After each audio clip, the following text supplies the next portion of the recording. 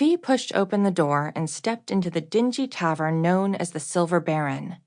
The bang of the door closing behind her raised a flock of crows, pecking the dry dust outside, and the shadows of their wings against the window drew the attention of the crowded room.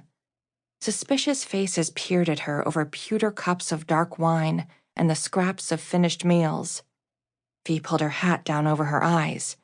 She made her way through the tables and took a seat at the counter, where she could watch everyone in the room without looking like she was watching them.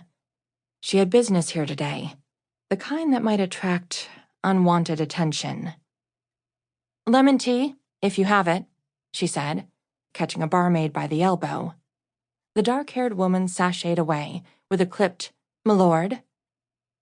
Fee was actually Lady Folklore Ninroa, the title official since she'd turned 17 a few months back, but that was probably not immediately obvious between her dusty brown jacket and her low-brimmed hat.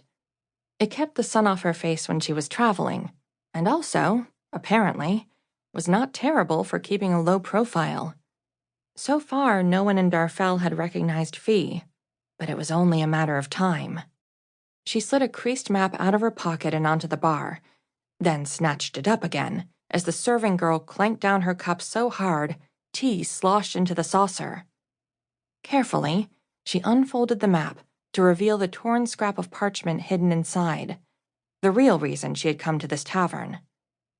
The Silver Baron hadn't changed much in the year Fee had been gone. The patrons seemed as disreputable as ever.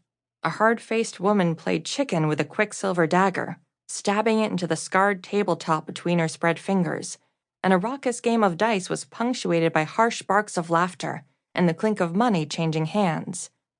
A sallow, balding man deep into his cups eyed her from the end of the bar.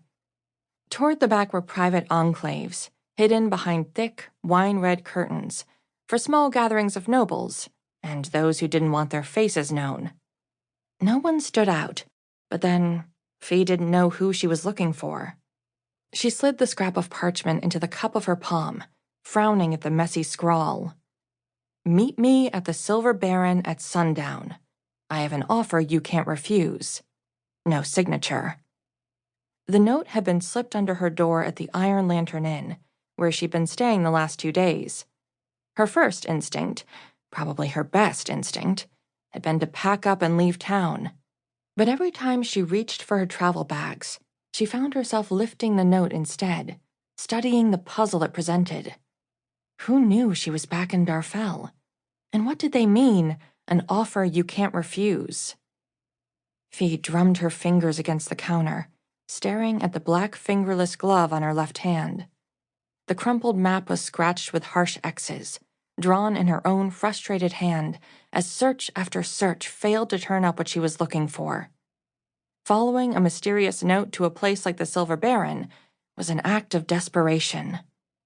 She pulled off her hat and set it on the bar. Her skin was tan, her cheeks dusted with freckles from hours in the sun. She ran her hand through her dark brown hair, which was just long enough to trap in a small ponytail at the nape of her neck. She wasn't keeping a low profile because she was a fugitive, nor was she up to anything shady enough to take place in the back rooms of the Silver Baron. She was just avoiding her ex. He had been her first horrible guess as to the author of the message, but cryptic notes weren't his style, and she'd never known him to sign off without a telltale flourish from his silver-tipped quill. That didn't leave her with a lot of suspects. Fee lifted the cup of tea, tipping it to study the yellowish liquid before taking a sip. Only years of practice at being polite kept her from spitting it out. It was supposed to be lemon tea.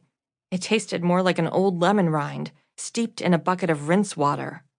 "Master," Fee said, signaling the tall man with the neatly trimmed beard who was wiping glasses behind the bar. "This isn't tea. I think you may have poured water in a dirty cup."